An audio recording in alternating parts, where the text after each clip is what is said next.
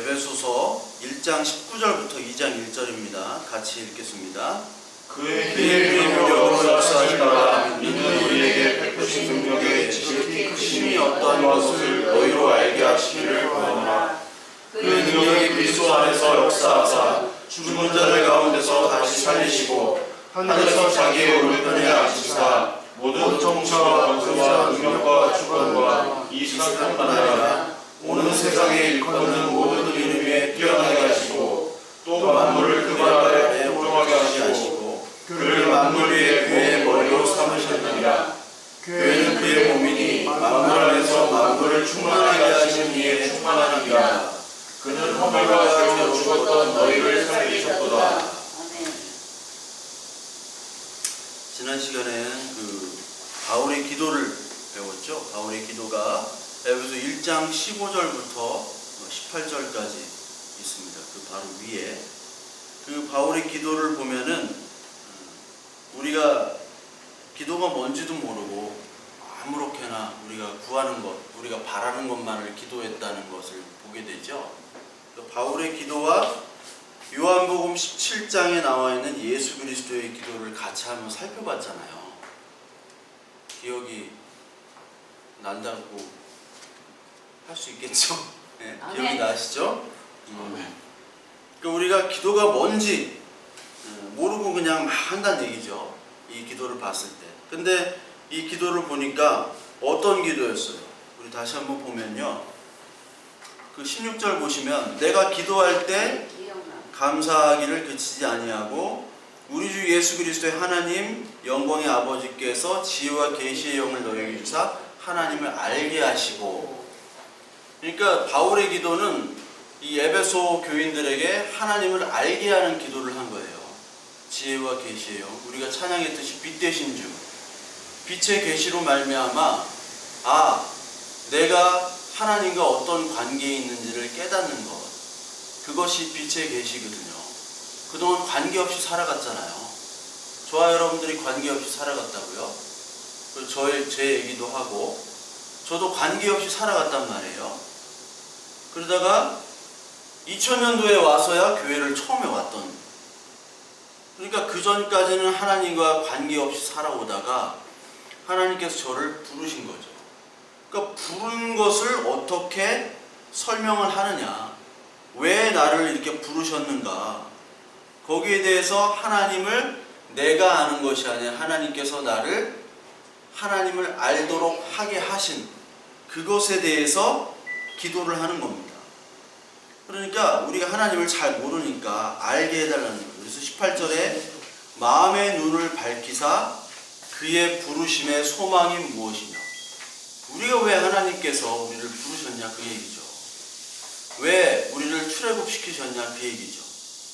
성도 안에서의 기업의 큰 영광의 풍성함, 이 기업은 뭐라고 그랬어요? 저번 시간에 하나님 나라. 기업이라는 거는 우리에게 물질적으로 주어지는 것이 아니라 하나님께서 주시는, 하나님이 우리와 함께 하시는, 그래서 우리 안에 우리의 마음들을 이제 다스리는 거죠. 내가 이제 내 주인으로 인생 살아가다가 하나님이 주인이 되신 거죠. 그 하나님의 나라, 하나님 우리를 다스림으로 그것이 얼마나 풍성한지, 누구에게 조종받고 컨트롤 당한다는 것은 우리에게 인간의 자존심이 상하지만 그것이 구속이 아니라 그것이 얼마나 풍성한지를 깨닫게 해주시는 것이 바로 은혜란 말이죠. 그 풍성함을 깨닫게 해주세요 라고 기도를 하고 있는 거예요. 아멘. 그래서 요한복음 17장에도 예수 그리스도의 기도가 요한복음 17장 전체가 나온다고 그랬잖아요. 전체. 그래서 여기 요한복음 17장에 아버지와 아들로 영화롭게 하소서, 그리고 하나 되게 하소서, 이 기도가 중심이에요. 예수 그리스도께서 돌아가시기 전에 이 사람들에게 전했던 것은 하나님 영광을 보여주세요. 그리고 나가 아버지와 함께 하나 된 것처럼 이 사람들도 같이 모두 다 하나가 되게 해주세요 라는 기도를 드렸다고요. 하나님 나 잘 먹고 잘 살게 해주세요. 그리고 얘들도 나를 따르니까 잘 먹고 잘 살게 해주세요 라는 기도가 아니라 영광,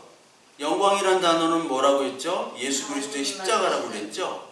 십자가만이 영광이고, 그리고 예수 그리스도의 죽음만이 영광이라고 그랬고, 그리고 그 후에 나오는 하나 되게 하는 것, 그것이 바로 우리와 하나님의 관계, 성부, 성자, 성령, 그리고 우리 서로와의 관계. 그래서 하나님과 한 호흡으로 가는 것들을 말씀을 드렸어요. 그래서 기도라는 것이 이런 하나님을 먼저 알게 해주세요라는 기도가 없이는 우리는 다른 기도를 하게 된다고 하죠. 그래서 하나님과의 관계가 하나님이라는 가장 큰 가치를 붙잡지 아니하면 우리는 다른 대체제를 찾는다고 그랬어요. 그것이 돈, 섹스, 권력이라고 그랬죠. 그 대체제를 가지고 하나님 이것들을 주세요 주세요 기도했는데 그 기도가 응답되지 아니하면 우리는 바로 넘어지게 되어 있다는 거예요. 그래서 어떤 사람들이 신앙생활 한다고 열심히 해요. 막 헌금도 하고 봉사도 하고 막 매일 예배 참석하고 그렇게 열심히 하는데 갑자기 안 나와. 그런 사람들 많이 있습니다. 가난한 교회들 많이 있잖아요. 목사에게 시험 받았다, 교회에게 시험 받았다, 뭐 이런 얘기 하면서 교회를 안 나오는 가난한 성도. 가난한 거꾸로 하면 안 나가잖아요. 이제 교회 안 나가나? 나 안 나갈 거야. 이것저것 해봤더니 하나님 복 주는 줄 알았더니 안 준다더라. 저 옆에 내는 복 주는데 왜 나는 복을 안 주냐? 내가 더 많이 했는데. 그게 이제 가난한 성도들이거든요. 그리고 교회에 시험을 들거나 아니면은 교회의 어떠한 말씀이나 어떤 방향이 자기랑 맞지 않거나 그런 분들이 이제 많이 있어요.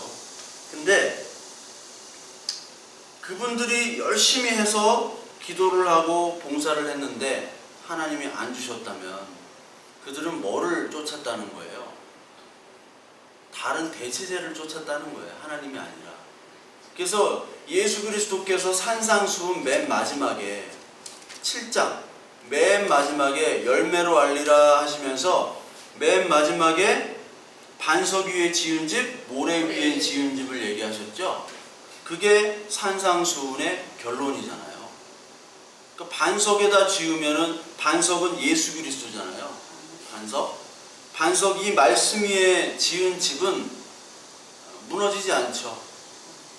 홍수가 나고 바람이 불어도 무너지지가 않습니다. 근데 이 반석은 하나님을 아는 것으로부터 시작하는 거예요. 그러니까 호세아에게도 왜 너희들이 그렇게 망했느냐? 하나님을 아는 지식이 없어서. 이건 머리로 아는 것이 아니라 히브리어로 야다. 같이 함께 살아봐야지 아는 거예요. 아, 나 저 사람 알아. 다 알죠. 나 트와이스 알아. 트와이스 다 알죠. 근데 살아봤어? 모르잖아요. 그러니까 부부만이 아는 거예요. 부부만이 아는 거예요. 같이 살아보고 가족만이 아는 거예요. 그러니까 하나님을 알다, 하나님과 하나가 된다라는 거는 신랑과 신부로 하나같이 한 마음 한 호흡으로 먹고 자고 사는 거예요. 그러니까 제자들과 함께 동행했다는 것이 그게 하나 되는 거거든요. 그렇게 함에도 불구하고 제자들은 떨어져 나갔죠. 왜? 제자들이 찾았다는 것은 뭐예요? 오병이어의 기적을 찾았다는 거예요. 그리고 죽은 자를 살리시는 그 능력들, 그 능력만을 쫓았다는 거예요. 그러니까 예수 그리스도께서 니들 왜 쫓는지 난 알지. 빵 주니까 빵 먹고 배불러서 니들 쫓지. 그 속을 다 안다. 그러면서 마지막에는 그 빵을 안 주시잖아요. 내가 요나의 기적밖에는 행할 것이 없다라고 얘기하시잖아요. 그렇기 때문에 사람들은 다 나가 떨어지는 거예요. 그러니까 나의 믿음과 내 열심과 내 헌신들이 어디서 나가 떨어져야 돼요? 예수 그리스도의 십자가에서 다 나가 떨어져요. 예수 그리스도가 십자가에 못 박혀 죽을 때 내 미천이 다 드러나는 거예요. 그렇잖아요. 사람들도 다 드러나는 거예요. 그게 내가 믿음이 있는 줄 알았더니 믿음이 없었고, 내가 열심히 한 것 같아서 했는데 그 열심이 하나님을 위한 열심이 아니라 내가 인정받고자 하는 그런 열심, 그런 것들이 십자가에 못 박혀져야 된다. 그래서 갈라디아서 할 때도 다 설명을 드렸던 거예요. 그게 못 박혀져야 되는 거예요. 그래서 이제 내가 사는 것이 아니요 예수 그리스도를 믿는 믿음 안에서 사는 것이다. 그게 그 말이거든요. 그러니까 믿음은 내가 하는 것이 아니기 때문에 자랑할 수 있어요, 없어요? 자랑할 수 없죠. 우리 에베소 2장 한번 보세요. 2장 8절부터 9절. 너희는 그 은혜에 의하여 믿음으로 말미암아 구원을 받았으니 이것은 너희에게서 난 것이 아니요 하나님의 선물이라. 행위에서 난 것이 아니니 이는 누구든지 자랑하지 못하게 함이라. 자랑할 사람이 없어요. 그 교회에서 가장 못난 사람이 자랑하는 겁니다. 내 믿음 자랑, 내 돈 자랑, 헌신, 자식 자랑, 이거 자랑하는 거예요. 하나님이 언제 어떻게 걷어가실지 모릅니다. 누구만 자랑해야 돼요? 그러니까 바울이 계속해서 그리스도 안에서, 예수 안에서 예수만 자랑하라 라고 계속 얘기하시는 거예요. 그러면서 그 기도를 끝난 후에 바울은 이제 능력 얘기를 해요. 능력. 에베소 1장 20절에 그의 능력이 그리스도 안에서 역사하사. 우리가 능력 좋아하잖아요. 교회 사람들이 능력 좋아해요. 목사님들 능력 좋아해요. 그래서 목사님들 옛날에 능력 받겠다고 산에 올라가 산에 뭐 나무뿌리 몇 뿌리 뽑으면은 뭐 능력을 받는다 해가지고 많이들 올라갔잖아요. 근데 이 능력을 왜 그렇게 받으려고 하냐면 사람들이 능력이 있어야지 뭔가 자기를 원하는 것을 얻잖아요. 능력 없는 사람 좋아합니까? 아무도 좋아하질 않아요. 목회자도 능력이 있고 목회자도 좀 잘생기고 돈도 있고 해야지 성도들이 좋아하는 거예요. 밥도 사주고 커피도 사주고 뭐도 사줘야 돼요. 그래서 성도들이 또 능력 있는 사람들이 있으면 얼마나 좋아요.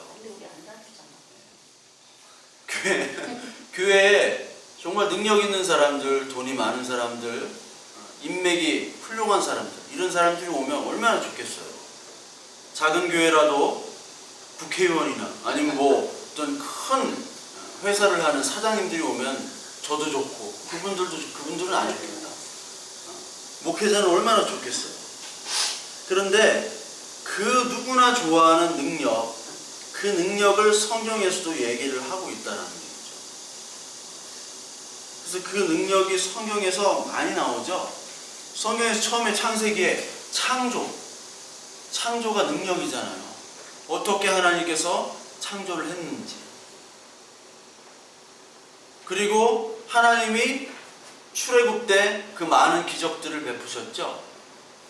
그리고 성경에는 그 초자연적인 능력들이 계속해서 나오네요. 신약 시대에도 나오고 바울도 죽었던 사람을 살리죠. 유두고란 사람이 바울 설교를 듣다가 바울이 설교를 못했어요. 이름이 좀 이상하지만 유두고야. 옛날 야구선수 중에 유두열이 있었는데 뭐 쌍벽 같아요. 근데 유두고가 하나님의 말씀을 바울이 설교하는 걸 듣다가 설교가 너무 졸려요. 너무 졸리니까 떨어졌는데 그 죽은 사람을 살렸어요. 바울이. 그러니까 예수 그리스도는 말할 것도 없거니와 사도들에게도 그러한 많은 기적들이 있었다고. 초자연적인 기적들이. 근데 그것들이 바로 능력이잖아요. 그래서 신사도 계열, 그리고 뭐 늦은 비, G12, D12, 신사도 계열, 큰 믿음 교회, 변승우 막 이런 사람들이 있어요. 열거하면 너무나 많은데 변승우 씨만 얘기해가지고 좀 미안하긴 하지만, 근데 그 많은 사람들은 신사도를 얘기해요. 사도행전에 나왔던 기적들이 지금도 이루어진다 해가지고 신사도를 하면서 막 이빨 아말감이 막 금으로 변했다고 그러고 뭐 금가루가 위에서 떨어진다고 그러고 뭐 머리가 났다고 그러고 뭐 키가 커졌다고 그러고. 저도 그런데 가봤어요. 그 이상한 기도원도 가보고. 그러니까 그들이 하는 얘기에 눈깔 찌르고 눈안수라고 눈깔을 막 찔러요. 막 이렇게. 내가 누워가지고 그걸 당했어. 근데 그 사람들이 하는 본질들이 뭐냐? 그 본질은 바로 잘 먹고 잘 살자. 그리고 내가 잘 먹고 잘 살자. 하나님의 영광을 얘기해요. 그 사람들이 얘기를 하는데 하나님의 영광을 얘기하면서 그 영광은 십자가의 영광이 아니라 내가 잘 되는 것, 나를 강화시키는 것, 십자가의 자신을 부인하는 것이 아니라 내가 더 강화되고 하나님을 약해지는 것이 얘기를 돼요. 왜 그러느냐? 하나님을 대체제로 찾는 거죠. 하나님 모르기 때문에. 그래서 오늘 성경에 나온 20절에 여기 나오는 그의 능력이 그리스도 안에서 역사한다라는 말이 중요해요. 어디 안에서요? 그리스도 안에서라는 말이 굉장히 중요합니다. 우리 능력이 많이 나타나요. 성경에서도 그리스도 안에서 나타나는 능력이 있고 밖에서 나타나는 능력이 있죠. 출애굽 때 나일강 그 강을 핏물로 바꿨잖아요. 근데 술사들도 애굽의 술사들도 핏물로 바꿀 수 있다고 얘기했어요. 그렇죠? 그리고 사도행전 16장 16절 보시면 사도행전 16장 16절 보시면 뭐가 나오면 점치는 여종이 나와요. 점을 쳐가지고 주인한테 유익을 주는 그 여종이 있었어요. 그러니까 너는 뭐 어떻게 될 거야 어떻게 할 거야 하면서 점을 쳐주는 거예요. 근데 이 여종이 귀신이 들렸다는 거죠. 그 귀신의 힘으로 점을 쳐주는데 그 종을 소유한 주인은 유익을 얻는 거죠. 종이 돈을 벌어오니까. 근데 그 종을 치유하잖아요, 바울이. 그러니까 이 바울을 잡아다가, 왜냐면 종이 귀신의 힘이 사라지면은 돈벌이가 안 되잖아요. 그래서 바울을 고소를 해버리잖아요. 내 돈벌이를 사라지게 했으니까. 이거는 어떤 힘이에요? 예수 그리스도의 밖의 힘이죠. 그러니까 지금도 교회 안에서 뭐 예언을 한다, 뭐 점을 친다, 그런 사람들이 부지기수입니다. 여기 철학관, 바로 옆에 철학관 있잖아요. 이런 것처럼 철학관이 좀 안 되나 봐. 그래서 타로, 사주, 연애 이쪽으로 이렇게 나가시더라고. 타로점. 그러니까 목사가 타로점 보면 또 잘 될 수도 있어요. 타로점 가능합니다. 하면은 영업이 될 수도 있어요. 그러니까 교회에서도 목회자들이 그런 짓들을 많이 한다니까요. 예언을 한다고 그러고. 네 예언이나 해야지. 아니 자기 예언도 못하면서 남의 예언을 해줘요. 그런데 사람들은 미래가 궁금하잖아요. 내가 어떻게 될 것인가? 우리 자녀가 어떻게 될 것인가? 거기에만 포커스가 맞춰져 있기 때문에 이런 얘기를 하면 너무나 좋아해요. 그러니까 양복 입은 목사가 이제 무당짓을 하는 그런 데도 있어요. 왜 그러느냐? 하나님 안에라는 것이 안 들어갔기 때문에. 하나님 밖에 있는 사람이기 때문에 하나님 밖에서 역사하는 영, 이거는 다 귀신들이죠. 하나님 밖에서 역사하는 영들이 있고 하나님 안에 있는 영들이 있다는 거예요. 그래서 이런 기적들은 다른 종교에서도 부지기수로 일어나요.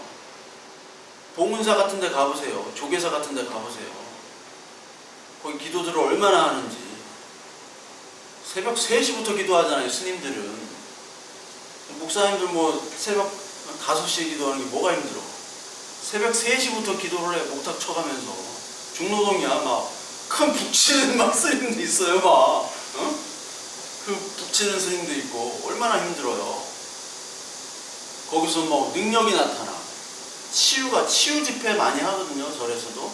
치유 집회. 그리고 신유 집회. 저도 한때는 신유의 은사를 달라고 기도를 많이 했어요.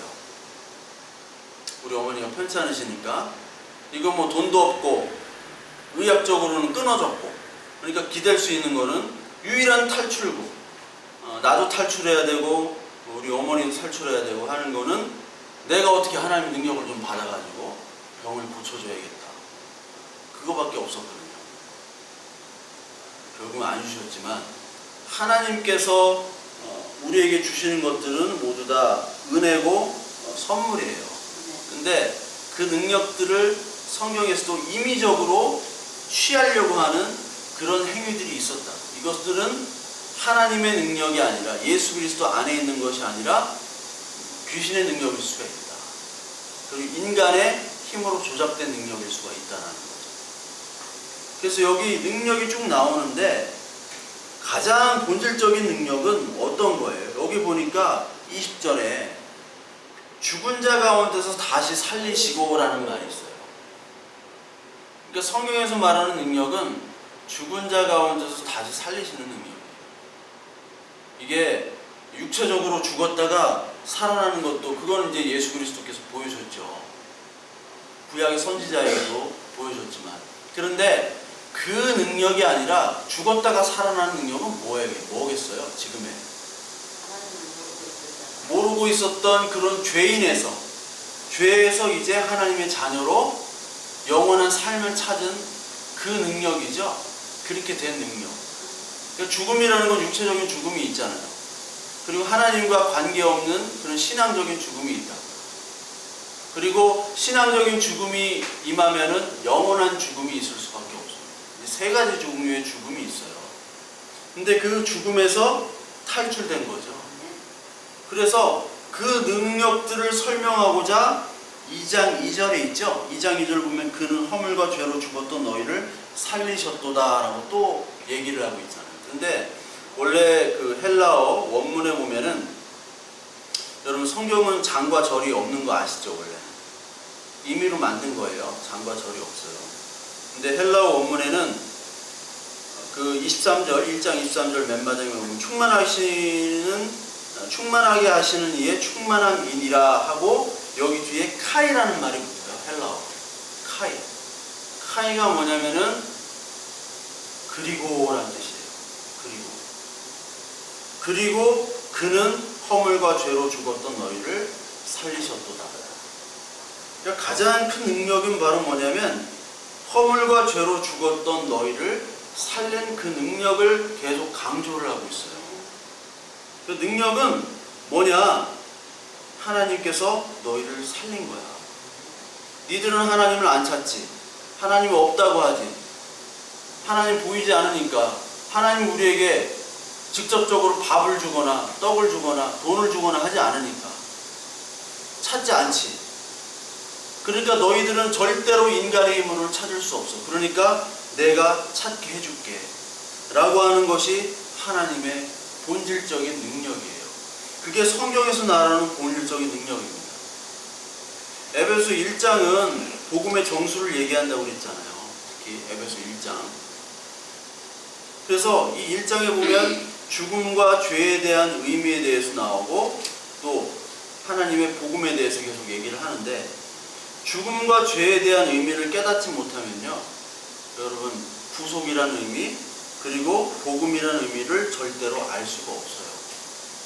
교회에 와서 맨날 찬양을 하는데 하나님 구원해 주셔서 감사합니다. 그런데 정말 구원이란 말이 무슨 뜻인지 알고 감사하고 기도하고 찬양하는 사람들이 도대체 몇 명이나 있을까요? 교회 안에. 그런 거 생각 안 해보셨나요? 하나님 감사합니다. 고등학생 애들, 중학생 애들이 막 찬양하면 막 손들고 하나님 감사합니다. 구원해 주셔서 감사합니다. 근데 꼭 그렇게 앞에서 나온 애들이 대학교 가서 야 너 어떻게 신앙생활 하냐면 교회 안 다녀요. 대부분이 그래요. 교회 안 다녀요. 교회 못하러 다녀요. 열심히는 했어. 그러니까 뭣도 모르고 그냥 찬양하고 뭐 하긴 했는데 안 다닌대요. 그냥 그때는 그냥 감정적인 일시적인 감정적인 거였어요. 근데 이 감정적인 것이 일반 성도들에게도 동일하게 나타난다. 왜? 죽음과 죄에 대한 의미를 알지 못하니까.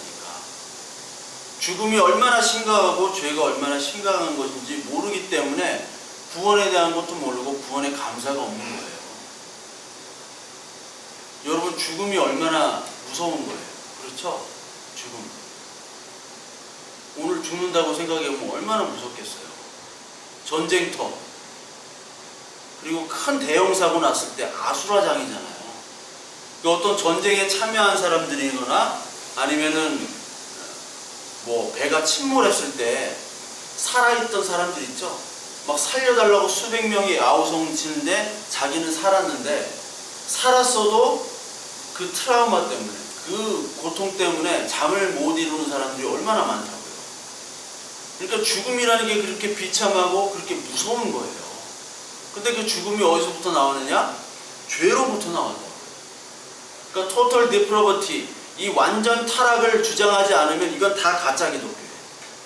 우리 인간은 스스로 하나님을 찾을 수 없는 완전 전 영역에 걸쳐서 전적으로 타락한 사람들이에요. 그래서 하나님을 찾지 못하기 때문에 우리는 죽을 수밖에 없고 이미 죽은 자라는 것. 그것이 얼마나 심각한지 예수 그리스도께서 대신 죽으셔야 되잖아요. 얼마나 심각하면 하나님이 직접 오셔서 예수 그리스도께서 직접 죽으셔야 되냐. 그러니까 하나님의 가장 큰 능력은 우리를 위해서 내려오신 겁니다. 이것이 인카네이션이에요. 그리고 하나님의 형체, 형상들을 다 비워내신 거예요. 이게 케노시스라고 해요. 이게 빌보서 2장에 나오는데 하나님과 한 분이시잖아요. 그럼에도 불구하고 인간의 죄된 몸으로 오셔서 세례까지 받는다고요. 세례는 죄인들이 받는 거죠. 아니 하나님 무슨 세례가 필요해요? 우리가 인간이기 때문에 인간의 존엄이 있는데 우리가 가치 없는 개, 돼지로 살아간다고 생각해보세요. 얼마나 비참하겠어요. 그게 비참한 거예요. 그래서 노예가 비참한 거예요. 노예. 염전 노예 있죠? 그러면 이런 분들 정신을 온전치 못하고 갈 곳이 없는데 그 사람들을 인간적으로 대접하지 않고 돼지, 개, 돼지처럼 취급하는 거. 이것이 가장 비참한 거거든요. 근데 하나님이 인간으로 오셔서 인카네이션 하시고 케노시스 되셨어요. 이것이 능력입니다. 자기를 비울 수 있는 게 능력이에요. 자기를 부인하는 게 능력이에요. 우리가 자기를 부인할 수 있는 능력이 있는 사람들이 없어요. 인간은. 왜? 인간은 자존심으로 똘똘 뭉쳐진 죄인이기 때문에 그래요. 자존심 건드리면 화내죠. 근데 하나님은 그것들을 다 버리고 우리를 위해서 오신 것이 바로 하나님의 구원이고 하나님의 능력이라는 거죠. 그래서 20절 21절에 보면은 그의 능력이 그리스도 안에서 역사하시고 죽은 자들 가운데서 다시 살리시고 하늘에서 자기의 오른편에 앉히사. 이게 하나님 나라에서 너와 내가 같이 하나가 되는 것을 얘기를 해요. 하나가 되는 것. 이제 너는 죄인이 아니라 예수 그리스도 나와 같은 내 자녀가 된 거야. 그리고 모든 통치와 권세와 능력과 주권과 이 세상뿐이 아니라 오는 세상에 일컫는 모든 이름 위에 뛰어나게 하셨다. 예수 그리스도라는 이름이 뛰어나게 된 건데 이것은 지금뿐만 아니라 오는 세상에 뛰어나게 하신다라는 거죠. 이게 뭐냐면 하나님의 나라라는 것은 신학적으로 얘기하면 하나님 나라의 현재성, 미래성 이런 얘기를 하는데 하나님의 나라가 어디 있습니까? 라고 하면 하나님의 나라는 네 안에 있다 이렇게 얘기하셨잖아요. 하나님의 나라는 어떠한 천국 개념을 우리나라 사람들은 천당해가지고 공간적인 개념으로 많이 인식을 하잖아요. 그래서 이 땅에 살아갈 때 신앙생활 제대로 못하면 개털모자 쓰고 가고 여기서 잘하면 금빌딩 빌라에서 이런 데 산다. 맨날 그것만 들었어요. 할머니들은 맨날. 계시록 후반에 보면은 금으로 다 만들었잖아요. 근데 우리는 알죠. 그 의미들을 더 설명 안 해도 되겠죠. 수십 번 얘기했으니까. 그게 교회고 그게 예수 그리스도고 하나님의 나라는 다 보석으로 설명을 해요. 스가랴에도 그렇고 다니엘에도 그렇고 보석이에요. 보석. 이 제사장들이 보석 옷을 입잖아요. 보석 옷을 왜 입겠어요? 12지파 보석 옷을. 그 보석이 예수 그리스도고 그것이 바로 계시록에 나오는 새하늘과 새 땅이란 말이에요. 그러니까 우리가 자체가 바로 그 보석이고 하나님의 나라라는 거죠.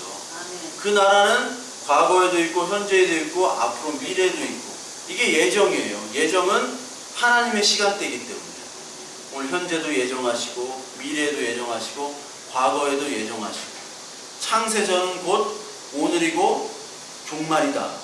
이해가 되시죠? 창세전은 과학하는 사람들은 이해가 돼요. 이게 양자물리학이나 양자물리학 쪽보다 이제 상대성 이론을 공부하는 사람은 바로 이게 이해가 돼요. 예정론이. 그랬던 우리를 이제 하나님의 시간대와 공간대와 하나님의 인식대로 다 옮기시는 게 바로 구원이에요. 그래서 모든 만물을 복종시키고 만물 위에 그리스도를 교회의 머리로 삼으셨다. 지금까지 우리들은 내가 주인이 돼서 살았다고 그랬잖아요. 내가 주인이 돼서 살았는데 이제 예수 그리스도께서 우리에게 오셔서 하나님 나라가 우리를 침투해서 공격해서 하나님을 알게 되고 믿게 되면 이제 머리가 누구로 바뀌어요? 예수 그리스도로 바뀐다. 그 사람들의 모임이 바로 교회라는 겁니다. 교회. 그러니까 내가 이제 머리가 아니라 그리스도께서 교회에 머리고 우린 그리스도의 몸이라는 것이죠. 그러니까 모이기만 하면 자기 자랑하는 인간들이잖아요, 우리는. 그런데 내가 부인이 되고 하나님 머리만을 자랑하는, 머리가 컨트롤 타워이기 때문에 머리의 명령대로 따르는 사람들이 된 것이 바로 교회예요. 그래서 교회에서 뭐 누굴 판단하면 안 되겠지만, 야, 저 사람은 저거 왜 그래 하는 그 판단 기준은 나의 인간적인 능력들을 자랑하는 사람들 있죠. 이 사람들은 아직 덜 된 사람들, 아직 하나님을 모르는 사람. 하나님을 알게 되고 하나님 나라가 우리에 침투하게 되면 일단 말이 적어져요. 네? 앞에 나가서 막 이렇게 선동하는 사람들 있죠. 선동하고 뭐 헌금 많이 하고 봉사 많이 하는데 말도 많아. 이 사람은 들된 사람. 진짜 하나님의 은혜를 깨달으면요 말이 적어진다니까요. 어떤 사람은 변화됐는데 갑자기 변화된 사람이 있는데 이 사람이 어떻게 변화된 걸 아느냐? 그렇게 나서기를 좋아했던 사람들이 안 나서요 이제. 그렇게 말을 많이 했던 사람, 논쟁, 토론 좋아했던 사람들이 이제 입을 닫아요. 하나님의 은혜를 체험하게 되면 나의 논쟁, 토론, 자랑거리, 내가 하나님께서 뭘 주셨고 이런 거 간증거리 이런 것들이 사라지게 됩니다. 근데 이 타락된 인간들은 능력들을 좋아하기 때문에 내가 기도해서 뭐를 받았다, 내가 뭐 기도를 열심히 했더니 하나님 뭘 주셨다, 그게 소문이 돌면 바로 간증하라고 시켜요. 그러니까 간증이 나쁜 건 아니지만 간증을 하는 건 뭐 좋은 거예요. 근데 늘 간증만 하는 교회들이 있어요. 이건 의심해야 됩니다. 100%예요. 이거는 뭐 100%. 늘 간증만을 왜 시키겠어요? 너희들도 교회와 목사에게 충성된, 심하게 말하면 개돼지가 돼. 그래야지 쟤들처럼 복을 받아. 목사한테 잘해. 교회한테 더 잘해. 집은 망해도 교회는 망하면 안 돼. 헌금해. 그러면 복 줘. 이게 아직도 통한다니까요. 아직도 통해요. 왜요? 하나님을 아직도 대체적으로 삼기 때문에. 그래서 내가 사라지고 예수 그리스도가 이제 머리고 나는 이제 몸뚱이밖에 없습니다. 예수 그리스도의 말씀에 따라야 됩니다라고 모인 사람들이 바로 교회고, 23절의 말씀대로 교회는 그의 몸이에요. 이제 예수 그리스도가 교회의 머리가 되고 우리는 몸이 된 거예요. 만물 안에서 만물을 충만하게 하시는 이에 충만합니다. 이게 무슨 말이에요 도대체? 만물 안에서 만물을 충만하게 하시는 이에 충만함이니라. 만물 안에서 만물들을 충만, 이게 플레로마라는 뜻인데, 이 플레로마라는 말은 영지주의자나 이 신플라톤주의자들이 좀 많이 쓰는 용어였어요. 그러니까 충만하다. 충만하면 이게 흘러넘치죠. 비가 많이 오면 범람하잖아요. 범람. 그러니까 이게 신플라톤주의나 영지주의에서 조금 써서 좀 설명하기가 조금 위험하기도 한데, 예수 그리스도로 말미암아 예전에는 인간의 자랑으로 넘쳤어요. 이 세상이 그렇잖아요. 교회에서도 누가 뭐 많이 했다더라, 누구 아들, 누구 딸들이 뭘 잘 됐다더라, 이런 것들이 돌면은 서로 위화감도 생기고 서로 뭐 인간적인 그런 능력들, 자랑들이 넘쳤다가 이제 뭐가 넘쳐요? 예수 그리스도, 교회의 머리이신 그리스도가 이제 넘쳐나는 거예요. 입이 닫아져요. 내 자랑했던 입이 닫아지고 예수 그리스도로 충만하게 하시는 그 예수 그리스도 그분만이 충만해지는 게 교회라는 거예요.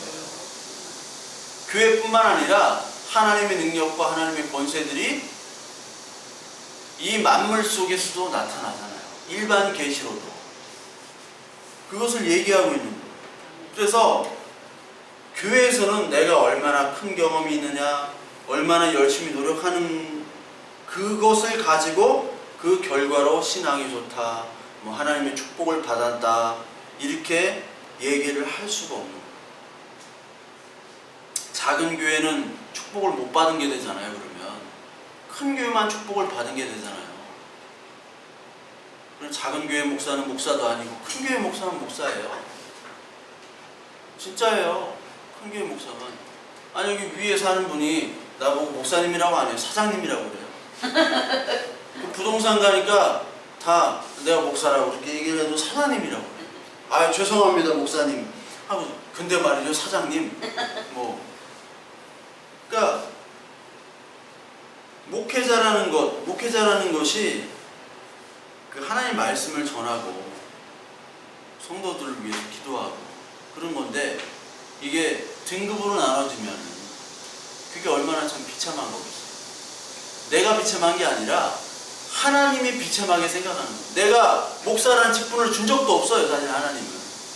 교회라는 거는 그 모임의 공동체인데 건물이 커지고 사람이 많은 걸로 니들이 하나님의 자녀라는 니들이 그걸 가지고 판단해? 그러면 하나님을 판단하게 되는 거거든요. 이것들이 내 머리 꼭대기에 올라와 있네. 내가 교회의 머리인데 니들이 내 머리 위에 올라와 있네. 그러니까 하나님께서는 우리들이 노력한 대로, 우리가 원하는 대로, 바라는 대로 기도 응답을 주시지 않아요. 절대로 주시지 않습니다. 물론 이런 기도 응답들이 여러분 신앙에 도움을 주긴 합니다. 도움을 분명히 줍니다. 그래서 열심히 간구하고 기도했을 때 하나님께서 주시는 것으로 말미암아 나는 부족한데 하나님께서 하셨네요. 이 고백을 들을 때는 하나님이 기뻐하세요. 그런데 인간들은 정말 교활해서 이런 것들이 조금이라도 있으면 내 경험, 내 노력, 내 응답들이 다른 사람의 경험과 노력보다 더 크다라고 교회 안에서 생각을 하게 돼요. 그래서 날마다 비교하고 우열을 가린다고. 그게 인간의 모습이고 그게 우리의 모습이었어요. 지금도 그렇고 하나님의 새 영만이 우리를 치유하는 거예요. 에스겔서 36장 24절부터 8절까지 보면 새 영, 정결함을 주겠다고 하시죠. 육신에서 굳은 마음을 제하고 부드러운 마음을 주겠다. 육신의 굳은 마음, 우리의 인간적인 생각이에요. 내가 열심히 노력했으니까 하나님이 주시지. 이게 아니라 부드러운 마음, 새 영, 이 성령을 말미암아 하나님의 나라를 보게 하는, 그것이 바로 은혜라고 얘기하는 거죠. 그러면서 에스겔서 36장에 열조에게 준 땅에 거하여 내 백성이 되고 나는 너희의 하나님이 되리라, 이 말씀이 있어요. 이게 출애굽기 19장 4절에 나오는 말씀하고 똑같은 말씀인데, 너희는 내 백성이 되고 나는 너희의 하나님이 된다. 열조에게 준 땅, 이것이 바로 가나안 땅인데, 가나안 땅은 바로 하나님의 나라를 얘기하잖아요. 그러니까 새 영, 너희들이 육신의 열심으로 살다가 하나님의 영을 받으면 이제 가나안 땅으로 간다. 그 땅은 척박하고 비도 안 내리고 먹을 것도 없고, 그렇죠? 아무것도 없는 땅이지만 뭘로 살아갔어요? 이스라엘 백성들이 하나님의 은혜로만 살아갔잖아요. 불기둥과 구름기둥으로 하나님께서 보호해 주셨죠. 그리고 만나를 주셨죠. 또 물을 주셨어요. 이게 다 하나님의 임재면서 하나님이라는 것에 대한 상징이잖아요. 물, 반석의 물, 만나, 하나님의 말씀 만나, 그리고 불기둥과 구름기둥, 하나님 인도하심, 그것들이 바로 하나님을 얘기하는 거예요. 그러니까 인생이 광야잖아요. 인생이 광야 같은 인생인데 그 인생을 하나님의 은혜만으로 살아가는 거죠. 그래서 신명기에서 하나님께서 뭐라고 얘기하십니까? 사람은 떡으로만 사는 것이 아니요 말씀으로 살아간다고 얘기하죠. 이 말씀을 유대 광야에서 시험 받을 때 하나님께서 사탄에게 한 말이에요. 야, 떡 달라고 해봐. 너 배고프잖아. 떡 줄게. 야, 떡으로만 사는 것이 아니라 말씀으로 살아간다. 그걸로 하나님 예수 그리스도는 그걸로 사탄을 이긴 거잖아요. 왜 그 말씀을 복음서에 주셨을까요? 너희들이 지금 사탄의 시험을 계속 받고 있는 거예요. 너희들은 누굽니까? 교회가 사탄의 시험을 받는 게 맨파워, 머니파워의 시험을 계속 받고 있어요. 교회는.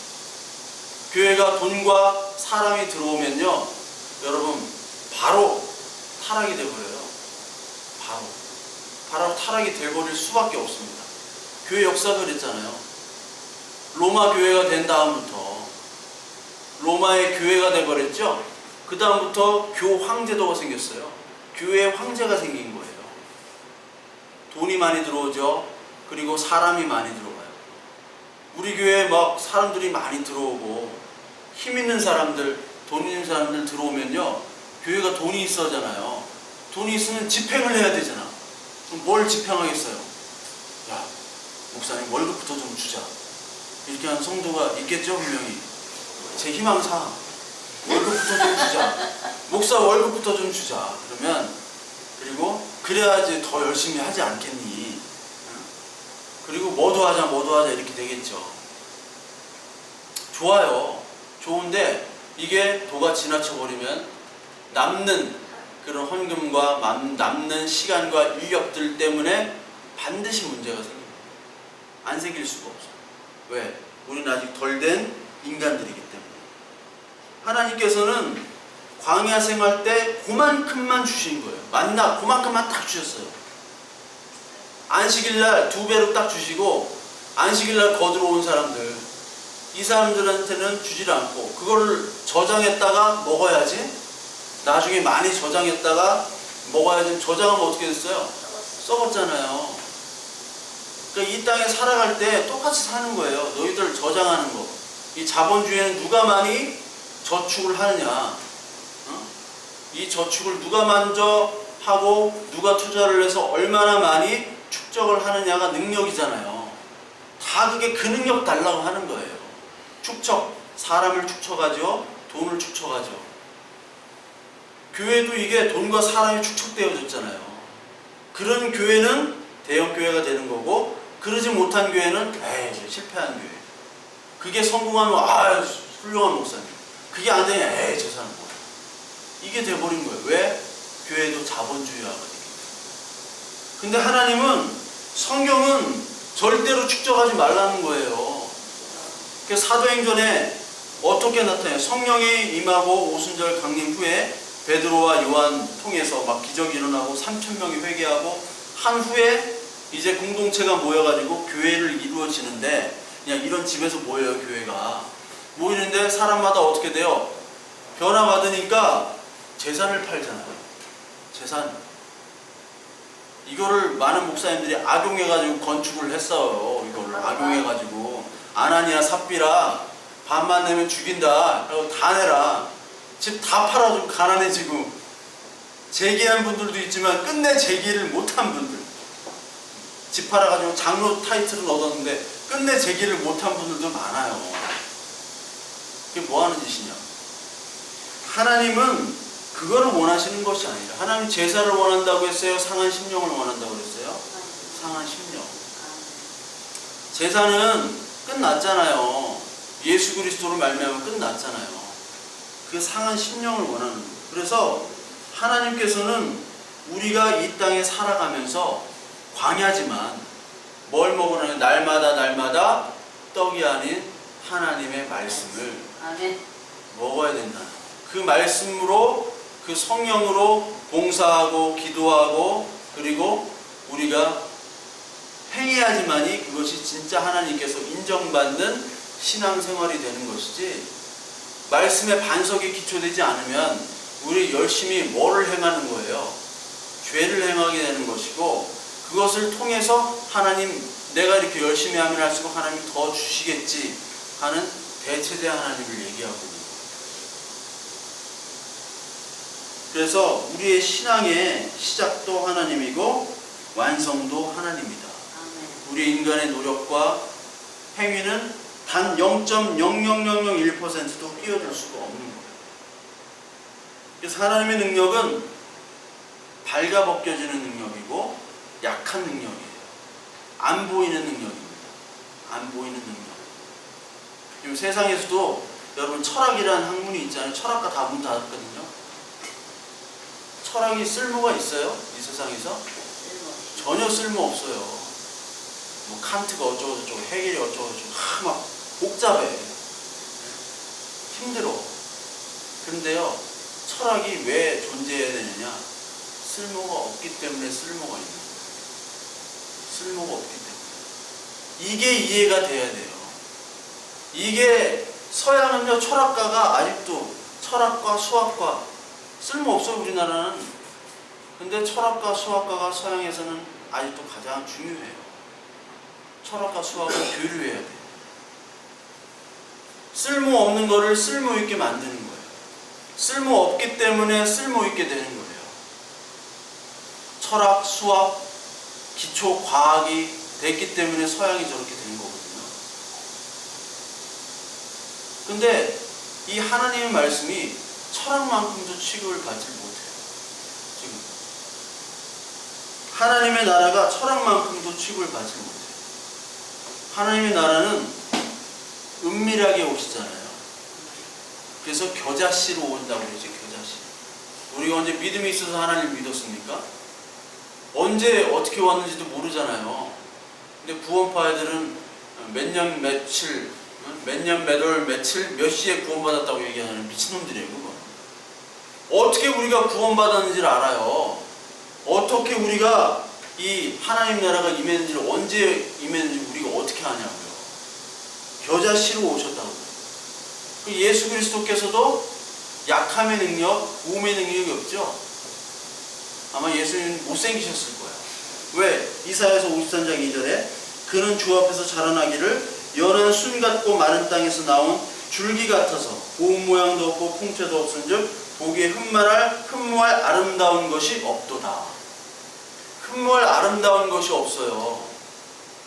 예수님이 마국간에서 나왔잖아요. 마국간. 주목하지 않는. 그러니까 하나님의 일은 아무도 주목하지 않는 곳에서 시작되는 거예요. 아무도 주목하지 않습니다. 겨자씨 누가 주목해요? 볼펜으로 점 찍은 것만큼의 그 씨앗이잖아요. 겨자씨가.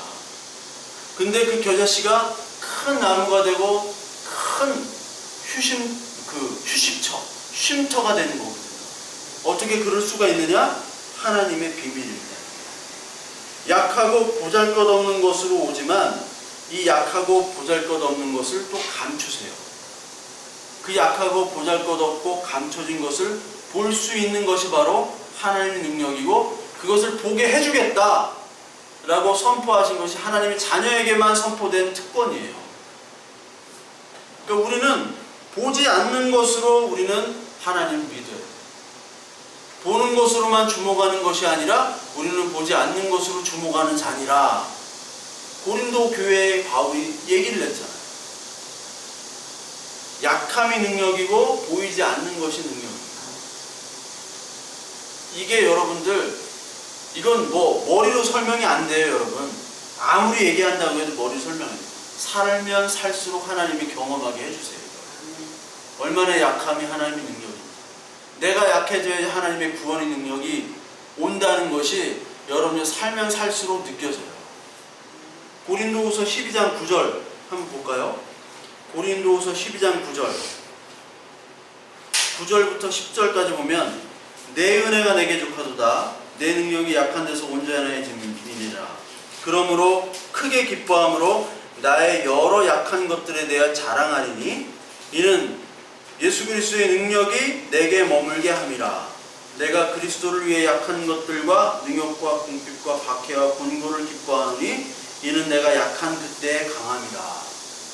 바울이 약해야지 바울은 사역을 할 수 있었던 사람이에요. 바울은 약해지고 또 약해졌을 때 하나님의 일을 할 수가 있었어요. 바울이 기도했던 게 뭡니까? 내 육신의 가시, 질병, 이거를 치료를 해주세요. 이 질병을 치료해 주셔야지 하나님 복음 전도도 하잖아요. 건강해야지. 누가 건강하지 않은데 어떻게 말을 할 수 있으며 전도를 하러 다닙니까?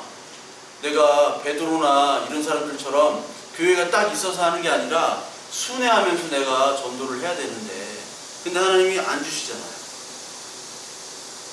약한 그때 강함이나. 여러분들 일이 잘 안 될 때가 있죠? 잘 안 돼요? 잘 안 풀려요. 이거 해도 안 되고 저거 해도 안 되고 뭘 할까? 근데 어떻게 보면은 나중에 다 어떻게 쓸모가 있게 되더라고요. 그게 하나님이 이렇게 협력해서 하나님의 일을 할 수 있도록 선을 이루는 거예요. 저도 좀 어떻게 보면 좀 늦게 성경을 한 자도 안 보고 신학교에 간 사람이거든요. 제가 얘기했잖아요. 성경 빵점 맞고 들어갔어요. 총신대학교 그 MDB는 공부 많이 해야 돼요. 그래도 근데 난 성경 빵점 맞고 들어가. 왜? 성경을 모르니까. 나머지는 거의 다 맞았어요. 나머지 시험은 잘 봤어. 예, 그래서 들어갔어요. 근데 빵점을 맞았기 때문에 뭐 알고 들어갔어요? 모르고 가잖아요. 근데 그 전까지 내가 이것저것 다른 막 공부를 했다고요. 신학교 가서도 신학이 하도 시시해가지고 이거 뭐 책자 주고 공부하는데 이거 뭐 한 학기 커리큘럼을 일주일이면 끝날 것 같더라고. 일주일 내가 책 보는 거 다 되는 거 이걸 뭐 이렇게 배울까. 그래서 너무 시시해가지고 그냥 도서관에 딴 책이나 읽었어요. 딴 책 읽거나 아니면 무조건 저기 운동화. 그런데 그것들이 딴 책 읽고 딴짓하고 뭐 만화방 하고 뭐 민박집도 하고 뭐 이것저것. 응? 근데 그것들이 다 목회를 하는데 하나님의 말씀을 전하는데 도움이 되더라. 그러니까 쓸모없는 약한 것들이 있죠. 우리에게 쓸모없는 약한 것들이 하나님의 능력으로 나타나요. 내가 이렇기 때문에 하나님이 이렇게 인도를 해오시고 하나님께서는 이 약한 부분을 통해서 하나님이 일하십니다. 내가 하나님께 더욱더 매달릴 수밖에 없고 나의 힘과 나의 지혜로 복음을 전하지 아니한다고 그랬죠. 바울이 힘과 지혜로 자꾸 교회를 홍보하려고 그래요. 힘과 지혜로 다 전도하는 거 보면 교회가 예수 그리스도를 전해야 되는데 우리 교회는요 이거부터 시작돼요. 밥이 맛있고요, 주차시설 완비되고 화장실이 깨끗하고 목사님이 잘생겼어요. 목사가 잘생긴 거랑 복음이랑 무슨 상관이 있어요? 자기의 강함을 자랑할수록 하나님은 약해집니다. 고린도후서 13장 4절에 보면 예수 그리스도께서 약하심으로 나오죠. 약하심은 얘기예요. 그리스도께서 약하심으로 십자가에 못 박히셨으나 하나님의 능력으로 살아계시니 우리도 그 안에서 약하나 너에게 대해 하나님의 능력으로 그와 함께 살리라. 그리스도께서 십자가에 강함으로 못 박히셨다고 생각해 보세요. 나를 못 박으라 하고 나중에 딱 달려가가지고 못 박은 놈 다 죽이고 한 놈만 살리시고 나를 이제 처형해야 되니까 나중에 뭐 뼈 때리고 망치로 때리고 창으로 찌를 한 명만 살리고 나머지 다 죽이고 뭐 십자가에 못 박혔다. 이거는 하나님의 약함과 죽음에서의 부활의 능력이 나올 수가 없는 거죠. 사람들은 그걸 바랬어요. 사람들은 야 능력을 좀 보여줘. 네 많던 능력 다 어디 갔어? 삼손이 머리가 길 때 능력이 많았잖아요. 근데 머리가 다 뽑히고 눈알도 뽑히고 능력이 하나도 없었어요. 그때는 사람들의 조롱거리가 된 거예요. 삼손처럼 예수 그리스도께서 조롱거리가 된 거예요. 이 많은 능력 좀 보여줘. 사람들이 원하는 건 능력이었어요. 예수 그리스도의 능력. 근데 그 예수 그리스도의 능력, 빵을 주고 우리가 원하는 것들, 육신의 질병을 고쳐주고 그리고 자식 잘 되고 이런 것들을 통해서는 우리의 영원한 생명 구원이 있을 수가 없다니까요. 우리의 구원을 위해서는 그리스도께서 죽으셔야 돼요. 약해지셔서 죽으셔야 돼요. 그래서 약하심으로 십자가에 달리시고 하나님의 능력으로 살아있는 겁니다. 우리의 약함 때문에 지금 우리가 살아있는 거예요. 여러분, 캄보디아 같은데 옛날에 폴포트 정권이 70년대, 60년대부터 70년대, 그리고 60년대는 중국의 문화의 대혁명, 이런 걸로 사람들을 다 죽였죠. 캄보디아에 안경 쓰면 죽였어요. 안경 쓰면. 여기 안경 쓰신 분들은 캄보디아에 있었으면 벌써 처형을 하셨어요. 왜? 안경 쓰면 지식인이기 때문에. 이 폴포트가 프랑스에 유학한 사람인데, 프랑스에 유학해가지고 이 사람이 캄보디아를 농업 천국으로 만들고자 한 거예요. 이 마르크스주의랑 기독교랑은 비슷하니까. 농업 천국을 위해서는 지식인들을 죽여야 돼. 손 봐가지고 손이 깨끗한 사람 있죠? 손이 말끔한 사람, 노동하지 않는 사람, 그래서 다 죽였어요. 다 죽였다고요. 어떤 사람만 남았어요? 무능한 사람만 남았어요. 뭐 하나님 나라와 비교해서 그렇게 좀 그렇지만 하나님의 나라는요, 나는 하나님 몰라요. 나 능력 없어요. 이 사람만이 하나님을 찾는 사람이고 하나님의 자녀가 될 조건이 있는 사람이에요. 아무리 자기가 잘나고 아무리 자기가 똑똑하다 하더라도 그것을 부인하고 부인되어지는 사람만 하나님 나라에 가는 거예요. 여러분, 아무리 똑똑한 사람들 많이 있잖아요. 그 사람들 말로가 어떻게 돼요? 예전에 그 교육감 후보에, 서울시 교육감 후보에 나왔던 고승덕이라는 분이 있어요. 고승덕이 사법시험 금방 통과했죠? 그 공인회계사 시험 통과했죠? 경제전문가 법률 전문가예요. 외시도 봤나? 외시도 학교했죠? 그리고 누구 사위로 들어갔어요? 포스코 박태준 회장 사위로 들어갔잖아요.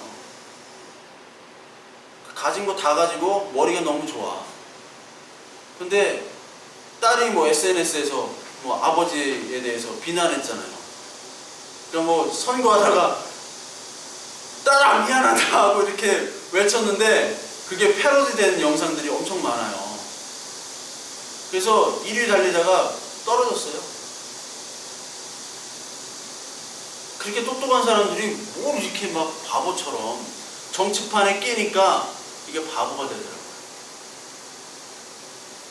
그리고 의사들도 똑똑한 사람이 많지만 의사들, 치과 의사들 얼마나 돈 많이 벌어요. 근데 그냥 한번 생각해 보세요. 냄새나는 입 하루 종일 평생 동안 쳐다봐야 된다고 생각해 보세요. 그 사람들에게 큰 직업인 만족도가 없습니다. 직업 만족도 별로 없어요. 똑똑한 머리를 가지고 직업 만족도는 없는데 뭐만 생기는 거예요? 그냥 돈과 그냥 명예만 생기는 거예요. 우리가 하나님의 말씀, 이 말씀이 우리에게 어떻게 다가와야 되느냐? 우리는 능력이 없지만 하나님 우리를 구원하시는 능력이다. 이게 겉사람의 능력이 아니라 속사람의 능력, 속사람의 강건함으로 다가와야 됩니다. 에베소 3장 16절 여기서도 바울이 기도를 합니다. 그의 영광의 풍성함을 따라 그의 성령으로 말미암아 너희 속사람을 능력으로 강건하게 하시오며, 겉사람이 아니에요. 속사람을 가지고 그 능력으로 강건하게 해주세요라고 바울이 또 기도를 하고 있는 거예요. 많은 사람들이 집회 같은 데 가면 고지론을 얘기하잖아요. 기독교 고지론. 잘 돼야 된다. 잘된 그 회장님들, 장로님들 이렇게 간증을 시켜요. 근데 꼭 그분들이 나중에 뉴스에 나와. 횡령 혐의. 그러니까 교회에서는 선교, 구제, 봉사 뭐 엄청나게 하시는 분이에요. 헌금. 그런데 범죄자란 말이에요. 이랜드라는 그룹. 자, 실명을 거론해서 좀 그렇지만 이랜드라는 그룹이 기업계 블랙리스트입니다. 노동계의 블랙리스트 최고 높은 블랙리스트예요. 그 이랜드 총괄했던 그 사목 목사님을 한번 뵌 적이 있는데 얘기를 하다 보면 같은 직원끼리 그 옆에 바로 동료, 그 전까지 동료의 책상을 빼게 한대요. 이제 잔인한 방법. 그러면서 목회자들에게 그런 것들을 이제 상담해도 목회자들이 뭐 월급 받는데 거기서 회사에서 월급 주니까 월급쟁이 아니에요. 그러니까 뭐 어떻게 해줄 수가 없다는 거예요. 그런 것들을 기독교 기업이라고 해서 현실을 보면서 가슴 아파했다. 그래서 자기는 나올 수밖에 없었다. 이게 무슨 놈의 기독교 기업이고 예수 그리스도의 사랑을 전한다고. 그런데 교회만 가면 그 CEO는 거룩한 장로님이 되는 거예요. 선교와 구제와 봉사 열심히 하는 거룩한 기독교 기업 회장님이 되는 거예요. 왜 그럴까요? 하나님의 능력이 뭔지를 모르고 자기 자신을 내려놓고 예수 그리스도께서 그 인카네이션 하시고 케노시스로 비우신 그 능력을 모르고 뭐만 추구해요? 속사람이 아닌 겉사람의 능력만 추구하는 것이 하나님이 영광이고 기뻐하시는 뜻이다라고 착각하며 살기 때문에 그러는 거예요. 왜 착각할까요? 하나님의 말씀, 하나님의 나라가 아직 침투하지 않았기 때문에. 자기 욕심 때문에. 오늘 저와 여러분들은 속사람이 아니라 겉사람은 후퇴합니다. 썩습니다. 이 속사람의 능력이 강건해지는 저와 여러분들 되길 바랍니다. 성균 형제도 내일 쿠알라룸푸르도 가고 손학이 형제도 내일 모레 신촌으로 가고 성현이도 일터로 가고 다 가요. 다 가는데 나도 안 가요. 다 가는데 그 가는 곳이 바로 하나님이 거하신 교회고 거기서 약함을 여러분들 느끼셔야 돼요. 약함에 하나님의 강함이 임함을 여러분 느끼시고 지금까지 느끼셨겠지만 더 많이 느끼셔야 됩니다. 저도 그렇고 그거는 여기에 모든 교회가 다 그래요. 그리고 하나님이 그 약함 가운데서도 위로해 주시고 또 곤비치 않게 하나님께서 능력을 또 주실 거예요. 그런 체험들도 여러분 하시기를 바랍니다. 그것을 위해서 서로 기도하셨으면 좋겠어요. 여러분들 겉사람도 중요하지만 속사람의 강건함을 체험하는 그리고 말씀으로 우리가 더욱더 성숙되어가는 저와 여러분들 되기를 바랍니다.